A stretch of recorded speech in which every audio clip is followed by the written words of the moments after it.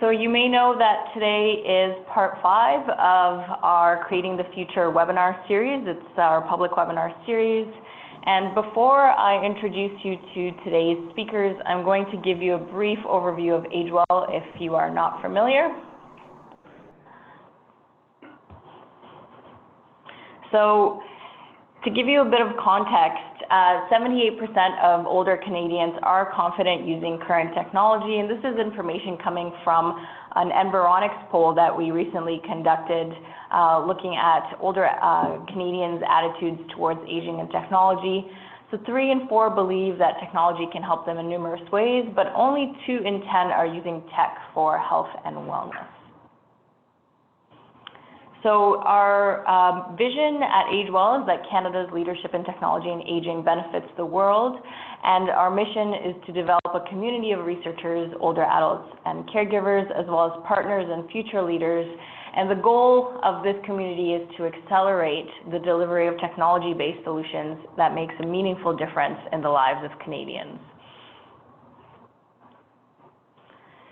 So to date, we've been up and running for almost 5 years now, and we have over 700 trainees across Canada, over 250 researchers across 42 universities and colleges, 126 projects, and most importantly, 4,700 engaged older adults and caregivers.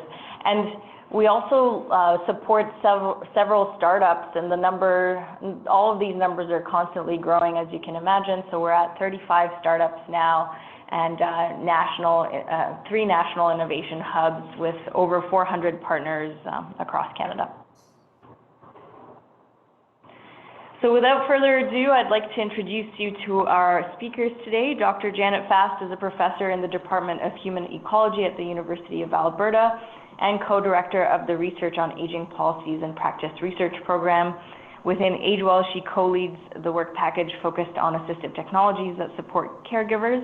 She holds a PhD in Family and Consumer Economics from Cornell University. Our second speaker is Johnna Lowther. She is the Provincial Program Lead at Caregivers Alberta, overseeing programs and services to almost 1 million family caregivers across Alberta. She has a personal history caring for persons living with dementia and has spent her career developing creative community engagement programs that inspire and empower participants, family and friend caregivers, and professional caregivers at large. So welcome to both of our speakers. Just as a reminder of today's webinar is being recorded and will be made available in about a week or so online on our YouTube channel and by email. And also, if you've got a question, type it in the chat box or the Q&A function of Zoom, and we will address those questions at the end of the presentation.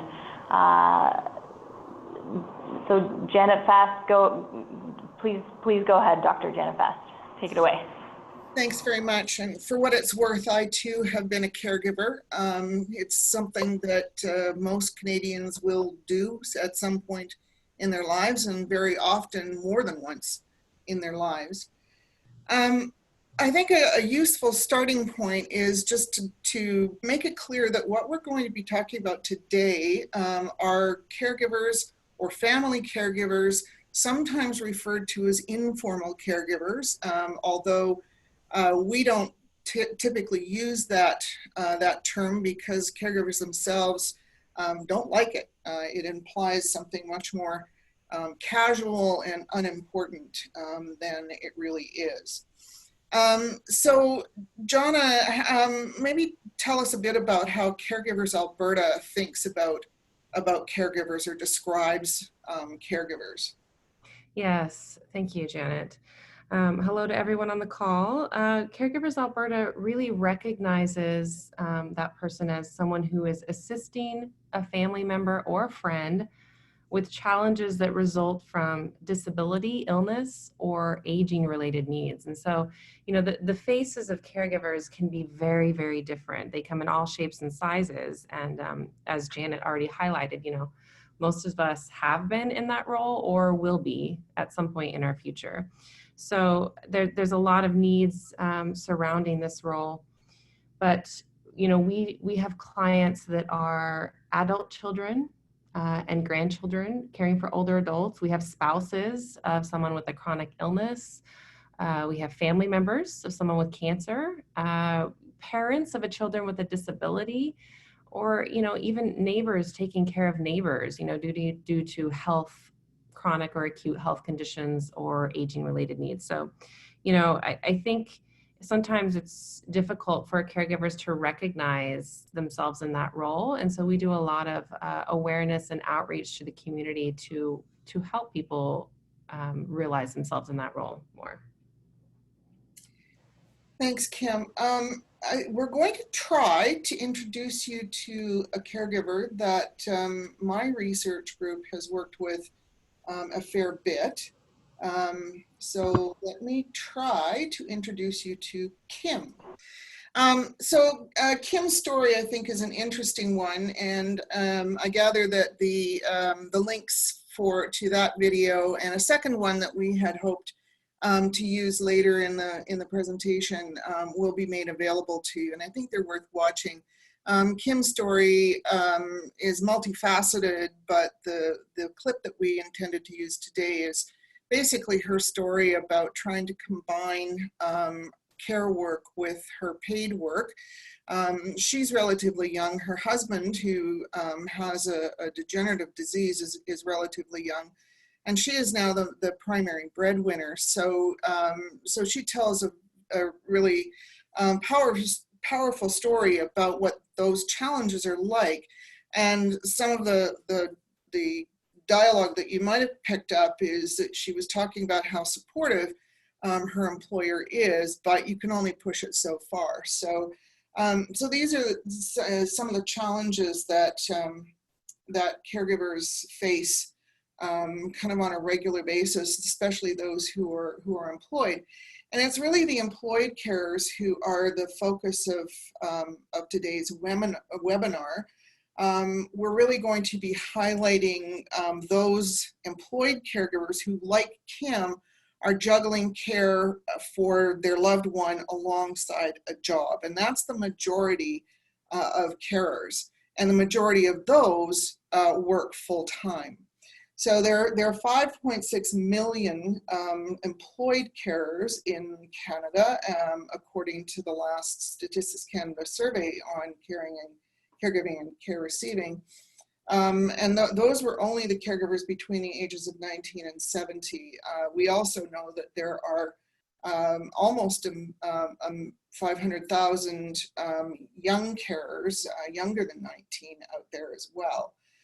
But for the purposes of thinking about employed carers, we're going to be talking primarily about adults.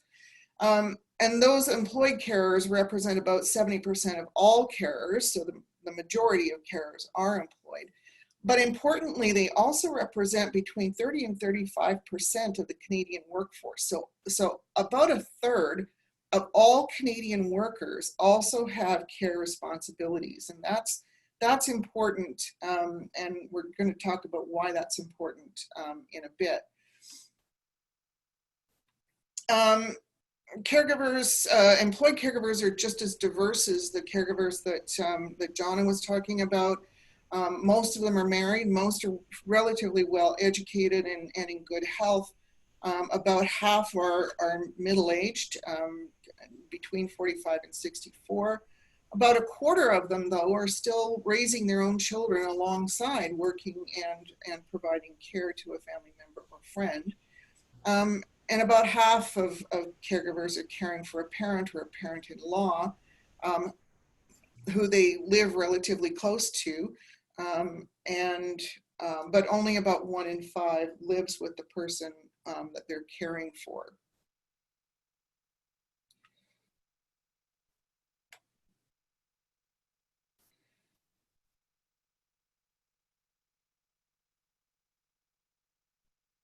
So carers generally spend a lot of time providing care, and employed carers are no different. Most employed carers spend up to 9 hours a week per providing care. but a smaller group, but an important 10% of women and 7% of men spend 20 hours or more providing care. And these are employed carers. And not surprisingly, women carers, employed carers spend more time providing care than do their male counterparts. But collectively, if you aggregate all of this across the population, family carers provide 2.4 billion hours of care every year. And it would take 1.2 million full-time formal care providers to replace the work that family carers do.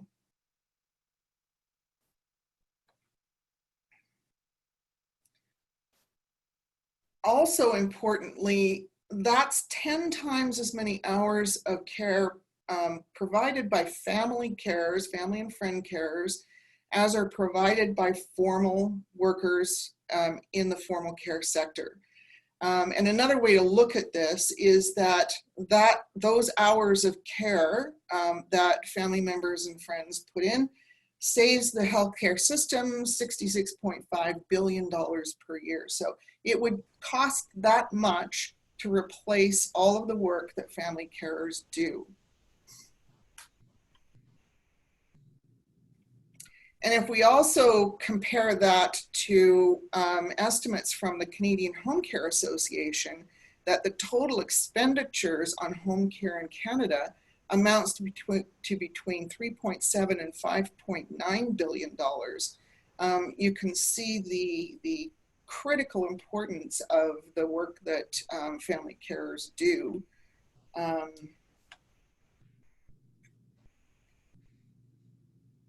And yet, the Canadian Home Care Association also reports that in 2015 and 16, about a third of community living adults said they needed home care, but didn't get it. So despite all of the care that's being provided, formal care that's being provided, there's still a third of adults who need care who aren't getting what they need. Johnna, I know that there's a lot of research evidence that caregivers report that their care responsibilities have a number of good and bad outcomes. In your experience, what are some of the challenges that caregivers face? Yeah, I'm happy to speak to that. You know, a large chunk of caregivers, like up to 74% of them, report that, you know, caregiving can be a rewarding experience and it can draw them closer to the care recipient and to the person they're caring for, but it's also challenging. You know, they deal with a lot of mental and physical stress and health concerns because of that. And so, you know, it's a major challenge sometimes for caregivers to learn how to juggle that. Caregivers report that they deal with a higher risk of depression, anxiety, and stress, and research supports that as well. And 31% of them say that they feel overwhelmed, short-tempered, or irritable. And although these are common emotions that most of us experience on a daily basis, caregivers as a whole really deal with that a lot more often. And so I would say that 99% of the calls that we receive and the clients that we work with here at Caregivers Alberta, they're really struggling with this mental health impact, truly. That many also report experiencing negative emotions. So we have a lot of caregiver education built around how to manage some of these things, like the guilt and the anger and worrying about what the future looks like, because you know, the video that wasn't able to play, you know, Kim highlighted that it's fearful because you can't always plan ahead. Things come out of the blue and you don't always know what that's going to look like. And so a lot of caregivers experience that negative emotion of worrying about that. It's also a very isolating experience because as they're busy attempting to juggle work and juggle their role as a carer, it often leaves very little time left for their own hobbies or for their own, you know, social interests. And so it becomes a very isolating experience because at the end of the day, they're so tired that even if a friend called them to talk, they often just dismiss the call because they don't have the energy to go there. So we also experience physical challenges in this role. 1 in 2 caregivers report fatigue and lost sleep, which, as we know, sleep has a huge impact on our physical health. They experience extra chores, like literally tasks at home on their plate. Heavy lifting for some of those carers actually involve lifting and moving their care recipients around. So they experience stress-related illnesses and compromised immune systems. Very often our clients, when they're here for workshops, will say, gosh, I just cannot get rid of this cold. I've had this cold like constantly back to back to back, and I just can't get over it. And a lot of it is related to the physical challenges that come out of the role they're serving. So they experience difficulty in relationships, in their own personal relationships with their partner. They, like I already mentioned, they don't often have time for their own social activities or hobbies, and so that they experience a strained relationship with their friends and other family members because of that, and therefore 1 in 6 of them end up feeling lonely and isolated.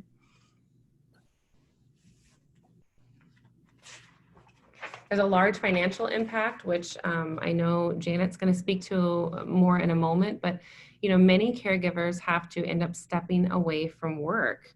I can't tell you, like, just in the last month, how many calls I've had with people who are the sole caregiver. So they have no additional family members, no additional, people on board to help them.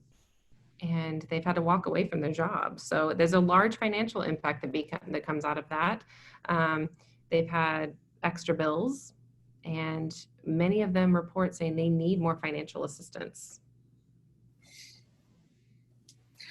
Yeah, this is the work that is a big part of my own research program, and we've done a lot of research on what it is, how it is that the carers have to respond in terms of their paid work because of demands from their care work. And we find that about 44% have missed full or part days, and they average 9 days per month of absenteeism as a result of directly as a result of their care responsibilities. Another 1 in 7 reduced their hours of work in order to be able to continue to do some paid work while doing the care work that they needed to do. Men tend to cut back an average of about 10 hours a week when they do reduce their hours. Women do. And men by an average of about 9 hours a week. And that, of course, has financial implications as well. About 10% of men and women reported that they either had to quit a job because they simply couldn't manage a job alongside their care responsibilities, or they retired early. Half of the employed caregivers, as I said, were kind of approaching that normal retirement age. And so many of them decide that they'll simply pack it in sooner than they otherwise would have and retire in order to continue to provide care. And others report that they were fired because they perhaps were not, perhaps because of the absenteeism, but also because distractions at work and that are noted by their managers, and basically their managers feeling like they weren't pulling their weight in the workplace. And if you add to all of that, those additional out-of-pocket expenses that come with caregiving as well, you create conditions for financial hardship among many carers. So Johnna, I know that you've observed that caregivers often have difficulty, what we refer to as navigating the system. So do you want to talk a little bit about that? Yes, actually, a lot of our work here at Caregivers Alberta in those one-on-one consultations is about making sure that carers are aware of the resources that are out there and the support mechanisms. And so, helping them access it, discover, find those variety of services that they can pull on board. I mean, sometimes they are accessing pretty much every element that they can access to try and supplement their caregiving at home in order to still balance with work. but it is a very common challenge that we hear. And so because of that a lot of our work is centered around that, and working with understanding from community partners what are some of the other support mechanisms that they're developing or working on. And I know that Janet's work has been very important and crucial to that piece. You know, this role of being a caregiver certainly impacts their own health, which can often result in an additional burden on the healthcare system. But, you know, these challenges that we mentioned also affect our economy, our businesses, and our employers. So, Janet, I know your research focuses on employed caregivers, and that you're trying to understand not just the employment and financial consequences for caregivers, but how does this impact, and what are those implications for their employers? So you want to speak to the research about that? Yeah, thanks. A lot of our early work on employed caregivers and the employment consequences of care really focused on the consequences for caregivers. And it became clear that part of the solution to the challenges that employed carers were reporting would properly come from employers.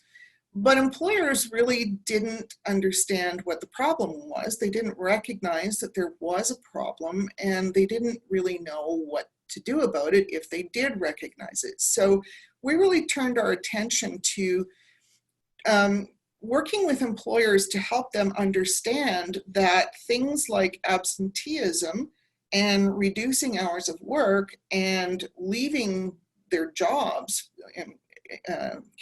employed caregivers doing those things, also had implications for them. So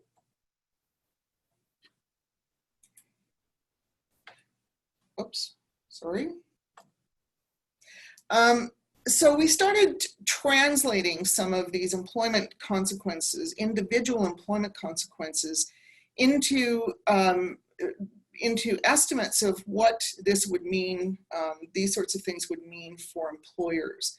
So I said earlier that caregivers reported an average of about 9 days a month of absenteeism, which aggregates to about 9.7 million days per year for essentially the Canadian workforce. And that accounted for about 10% of all absenteeism among all Canadian employees.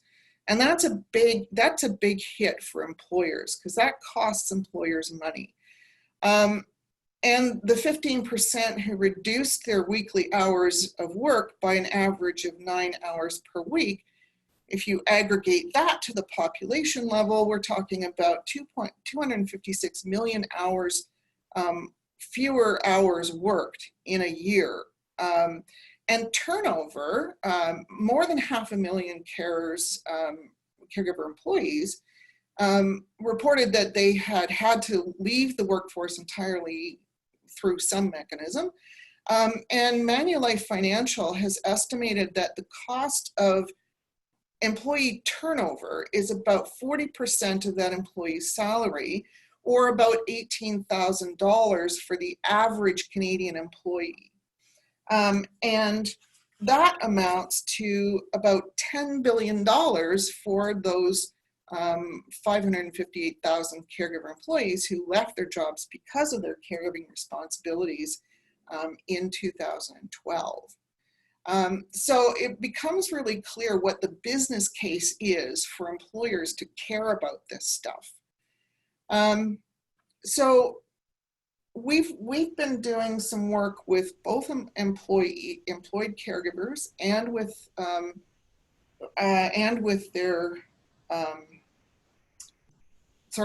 employers, and we wanted to understand how both employed carers and their employers were thinking about this, what their experiences were, what their knowledge level was. And what we found was that there's a real tension between how caregiver employees feel about looking for help from their employers, and how employers felt about providing help to their employees. So first of all, some carers don't even know that they're, or realize that they're carers. And so it's difficult for them to approach their employer about seeking help. So how can their employer possibly know that they're carers if they themselves don't recognize that? But carers also feel like they should be able to do it all, that they should be supermen and superwomen, because both their caregiving and their jobs are important to them. And they're committed to both roles. They don't want to give up either of those roles. But they're often sometimes afraid of disclosing to their employer, even if they do recognize themselves as caregivers. Sometimes they're reluctant to disclose that to their employer because they fear what might happen. They've seen colleagues in their situation lose their jobs or experience other kinds of discrimination in the workplace that makes them fearful about disclosing. And yet employers tell us that their employees have to disclose this to them so that they can try to do something about it. They can't fix what they don't know about. And then employers also tell us that they don't really know what to do, even if they recognize it, that they have some responsibility, or that there's a financial motivation for them to assist their caregiver employees. They don't know what to do about it. And both carers and employers don't know how to deal with the unpredictability of caregiving situations.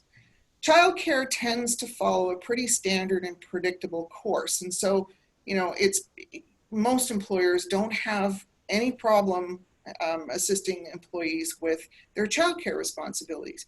But caring for an adult with a chronic health problem or a disability is anything but predictable. So there is this tension between carers and their employees that needs to be addressed in order to come up with solutions that are kind of workplace-based solutions. But ultimately, for some, it just comes down to a stark choice. They can trade a rigid schedule for flexible poverty, as one caregiver reported it.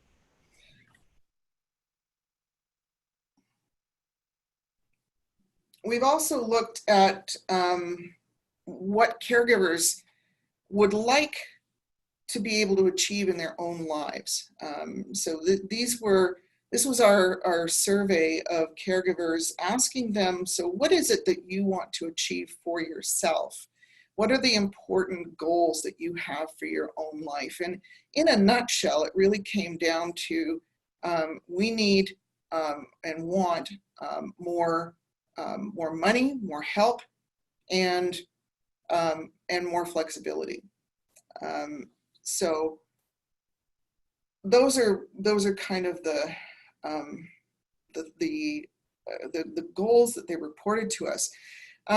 We also asked them gave them some open-ended questions and asked them to tell us a bit about what they wish they had that they don't currently have.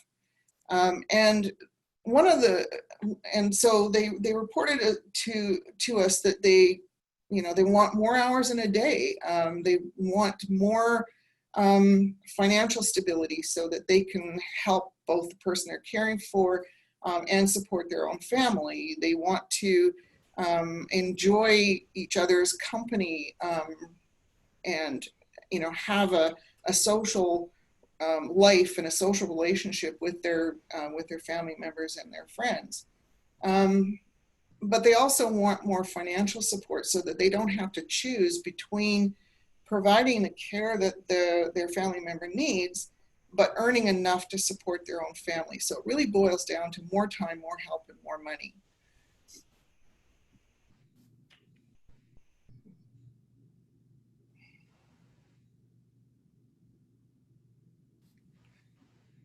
But when carers talk about what they need in their work lives, the most common thing that they wish for is a job that offers them more flexibility so that they can keep doing their care work alongside their paid work. They want and need to maintain a job for some carers, that job becomes their respite. And so maintaining that job is not just a financial necessity, it's also kind of a mental health necessity for a lot of carers. The demands of caregiving are many and varied. They're irregular, they're unpredictable. So flexible working hours is often at the top of the list for carers who are thinking about how can I better juggle my paid work and my care work. Some of the research that we've done has shown that that employers already are providing flexible work arrangements, not necessarily specifically for caregiver employees. Often they're saying that they provide these things to all of their employees or a large portion of their employees. And so they're already providing things like leaves, like part-time work options, like flexible schedules, and telework or work at home options. But when we ask carers about their access to these, even if they were officially available in their workplaces, almost half of them said they didn't think that they could use them, and they didn't feel like they could use them without it having some kind of negative effect on their job, reflecting badly on their commitment to their job, or causing their frontline managers to feel like they're not as productive as other employees, and so on. So even though there are these flexible work arrangements officially available in a lot of workplaces, carers feel like they don't really have real access to those. Johnna, I know that Caregivers Alberta has been working with employers as well and caregiver employees to develop tools that are intended to both make employers more aware that most of them have employed carers in their workplaces, and that they have a role to play in supporting those employees, and that there's a business case to be made for them doing that. Can you tell us a bit about the kinds of tools that you're developing and how employers can access them?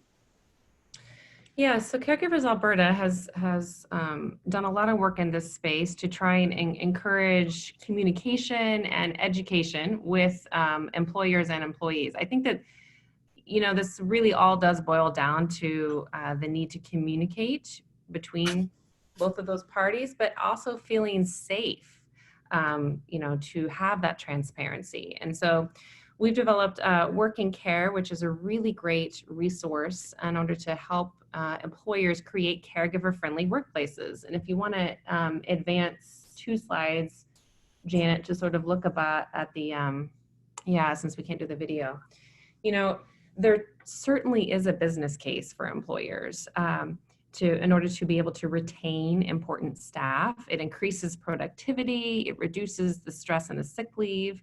And, you know, when employees feel better supported by their employers, it also encourages their ability to foster that creativity and the innovation within their role and the work that they're doing. So, you know, that's a win-win for everyone involved there, especially on the business side of things. So it does produce cost savings. It does improve that job satisfaction and morale, and helping employers recognize that because of that, they can be an employer of choice. So, you know, there's a lot of opportunity, I think, in this space. I'll share an extremely personal story of lived experience. You know, I myself at the age of 32 was in the position of being a working caregiver of a husband that suddenly could not work any longer. And that completely changed our life. It completely reversed our roles. And thankfully, I had a really supportive employer and workplace culture, but even with that, of course, there's this fear and there's this stigma of addressing it.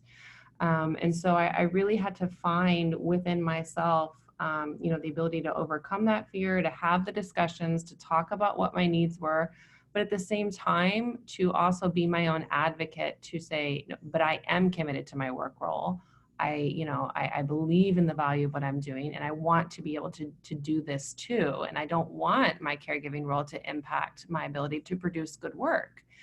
But you can't come up with solutions alone in a silo on either side of the table. I don't think employers can come up with great solutions, in a silo either. They have to have this input from the employee. So Working Care is a website that Caregivers Alberta has created in order to help showcase various tools that are available. If you want to go to the next slide, Janet.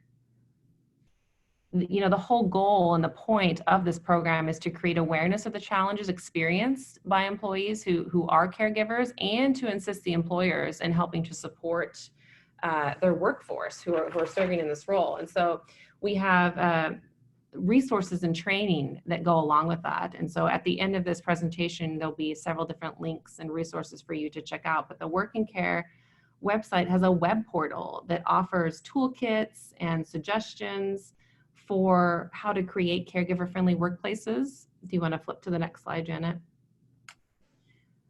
Caregivers Alberta works with employers. I thankfully just recently had the opportunity to give a presentation to the Judicial Managers Group here in Edmonton and talk about, what are some best practices that you can put in place to support your working caregiver employees. So, we offer that education piece and that awareness piece to work with employers.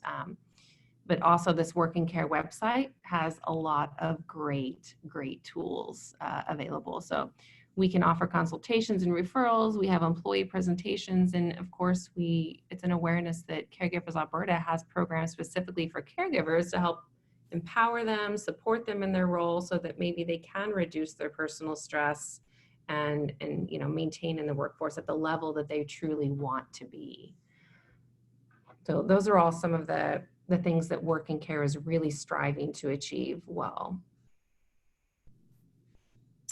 Thanks, Johnna. This being an Age Well event, we can't ignore the fact that technology also has the potential to offer solutions for employed carers as well as other carers. We do know that carers do tend to use technology in their everyday lives, the vast majority. Only 2/3 of those, though, said that they use technology specifically to support their care work, but 60% were interested in doing so. An additional 60, well, not an additional, that would be 120%. But the message is that most carers are aware of technology, use technology in their everyday lives, and are willing to think about how technology might assist them with their care responsibilities. But carers, there are reasons why carers don't necessarily use technologies for their caregiving, to meet their caregiving responsibilities. And we've also done some research on what are the key barriers to adoption by caregivers for the existing technologies. About almost 20% of carers said that they didn't know that there were technologies available. Even if they suspected that technologies were available, they didn't know what technologies might be useful to them and might be available. About 10% didn't believe that technology would help them to achieve their goals, would not be very helpful to them. And another 10% were concerned that the person that they were caring for wouldn't accept the technology, wouldn't accept the non-human touch, or wouldn't accept the invasion, what they saw as an invasion of privacy or something of that sort. And a few also said that they thought that the technology would be too expensive or too complicated or too time-consuming for them to learn. So if these are the barriers to adoption, then how do we overcome those barriers? We also know that employment practices can create barriers to the uptake of technology in particular. Some of the caregivers in one of our studies remarked that they thought that assistive technologies could be useful to them as a care employee, but they didn't think that that their employer would let them use it or use it more than they currently were using. So how do we solve this? Well, we can work with our partners to raise awareness about what technologies are available, what are the benefits of adopting those technologies. We can create databases, search tools that will help to identify technologies that are available. We know that those sources of information about technologies have to be trusted sources. And a really big one is improving system navigation, and technology could have a very strong role to play in bringing down that particular barrier. One of the ways to overcome carers' suspicions and their care receivers' suspicions or doubts about the value of technology would be to involve them more centrally in the process of developing these new technologies. And this is something that AgeWell has taken on board very seriously. The product developers and designers who are working with various teams within AgeWell are strongly encouraged to use a co-design approach to the design and development of new technologies, and that makes a really big difference in both the likelihood that the technology will actually meet the needs of the users, and then ultimately the marketplace success and profitability of those products.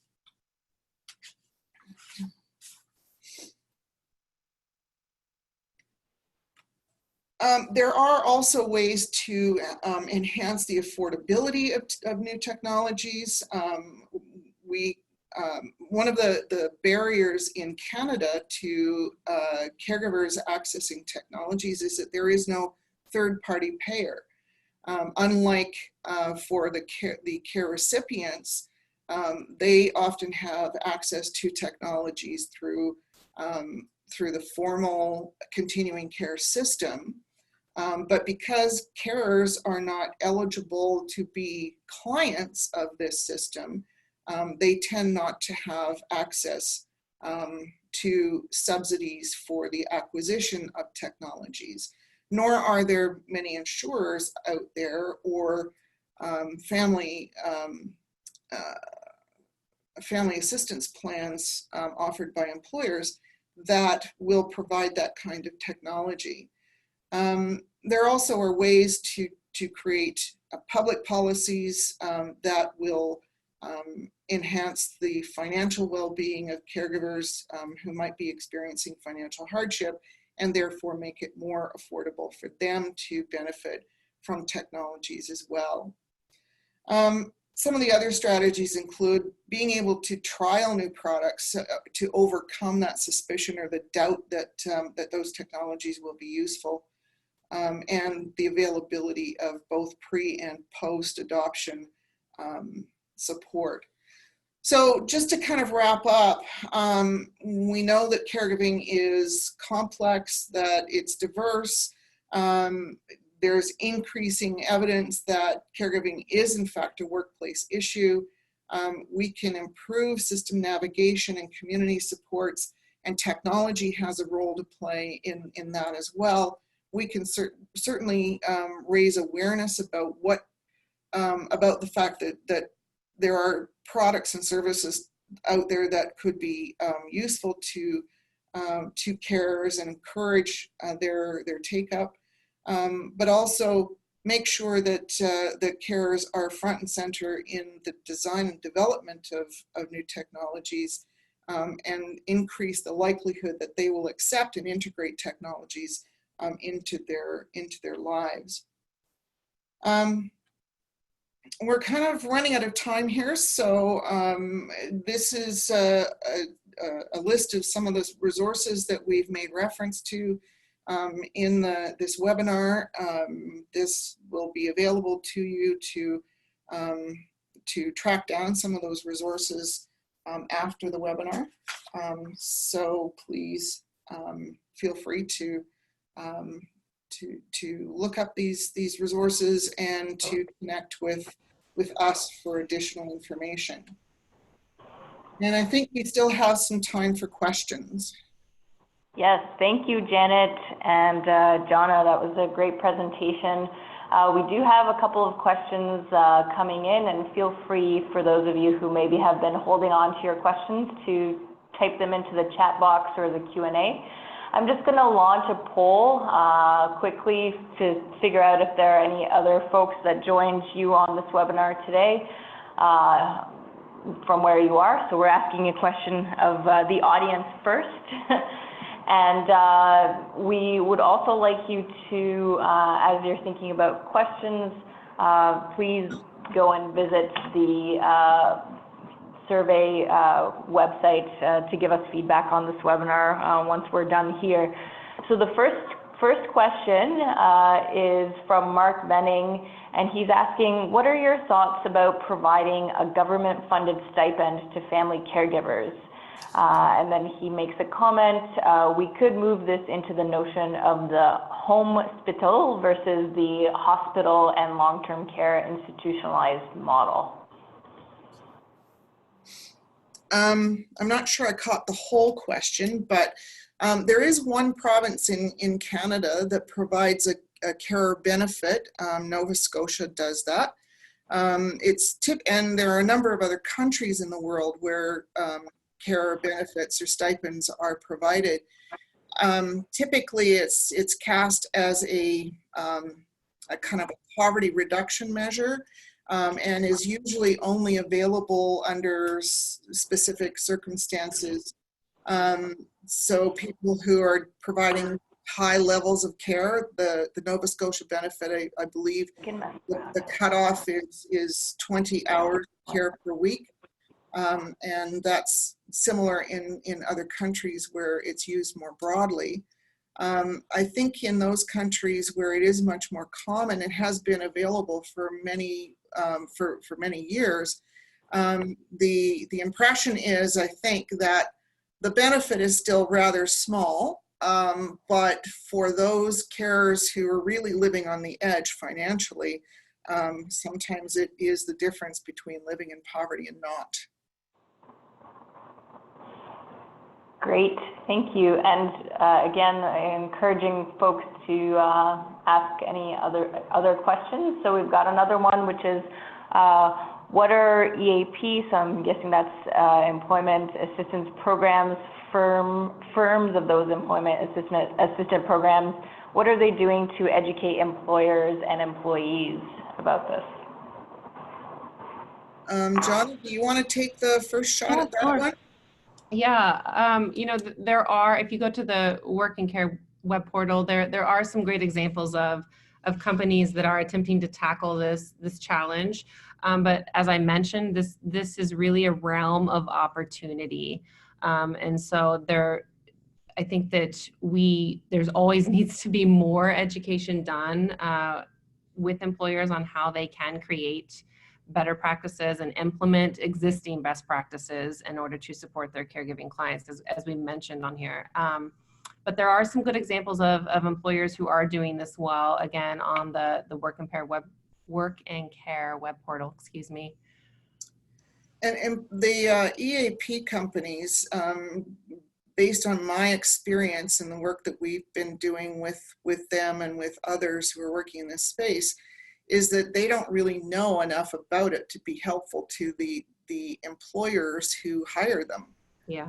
So it's another example of where we really need to be doing more education with employers and organizations that service employers and employees, just to make them aware and give them the knowledge that they need about best practices.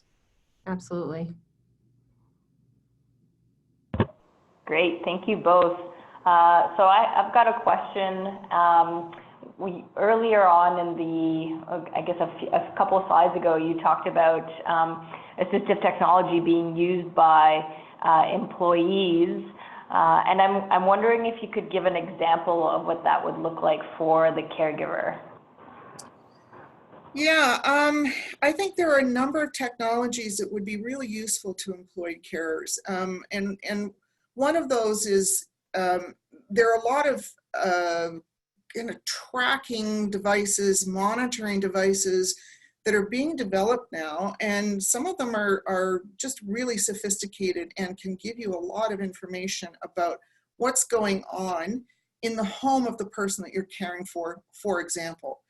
And sometimes that's all it takes for a caregiver employee to have the peace of mind they need to fully engage in their paid work. So imagine being able to sit at your workstation at work and have an app on your phone or your computer that allows you to know what's going on in the home of the person you're caring for, whether they got up in the morning, whether they made their first cup of coffee or tea in the morning, whether they had a shower, those sorts of things. Know that there is a normal pattern of activity going on in that home. Imagine how reassuring that would be if you were caring for someone who had episodes of falling or had episodes of wandering, or those kinds of things. And those sorts of applications are becoming more available. We've done some work with Carers UK, and one of their programs called Employers for Carers is led by a man who was at one time the CEO of British Gas. And he shared with us a story about new smart meters that British Gas was installing in every residence in the UK, or at least in Britain. It might have just been Britain, but regardless, they were installing all of these smart meters, and he himself was looking after his mother, who was living alone.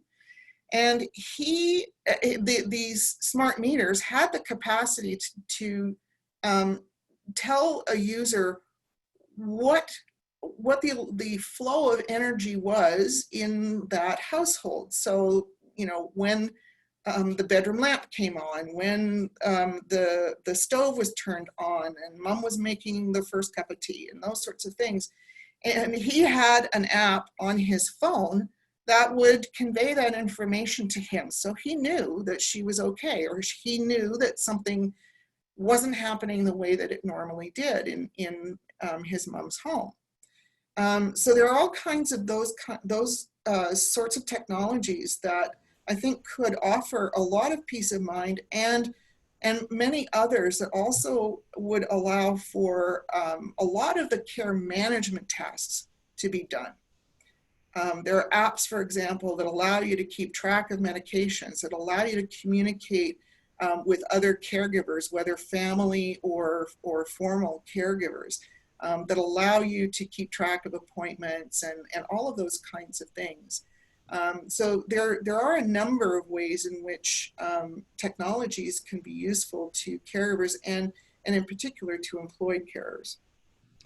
Yeah, I'll chime in real quick on that and share that I have some caregiver clients that are caring for their mother, so the mother's living with this couple, and they're both working daily, and they use the simple technology of like the Nest or like a home security system to, because using the video component of it in order to see like, has mom been up today? Where is she at? And he gave an example at one of our last meetings, our family meetings, about how, so when he sees she's in the kitchen and, she's walked away from the stove and left it on and hasn't turned it off, he can pick up the phone and call and say, hey mom, how's it going today?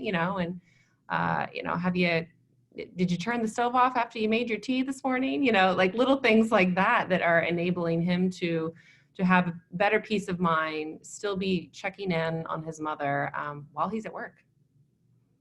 And of course, all kinds of communication technologies are available now that just allow you to keep in touch with the person you're caring for on a very regular basis, in multiple times a day if that's necessary. Great, thank you both for that thorough answer. And we've got just one more comment. It's not a question, and I think I know we're going past the 2 o'clock mark here. So thank you for all of you interested folks who are still on the line, and thank you to our presenters. So Claire says, very useful, very illuminating regarding the challenges facing caregivers, the fact that this is becoming increasingly a workplace issue, the areas that need to be developed further in order to support caregivers, and what is already available, and also the possibilities for positive change. So thank you again to all of our attendees, and especially our 2 wonderful speakers. We are hoping to have the 6th and final installment of this webinar series to you in the coming weeks. We're just working on finalizing a date and time, so we will reach out to all of you with that information soon. Thank you, and have a great rest of your day. Thanks, everybody. Thank you.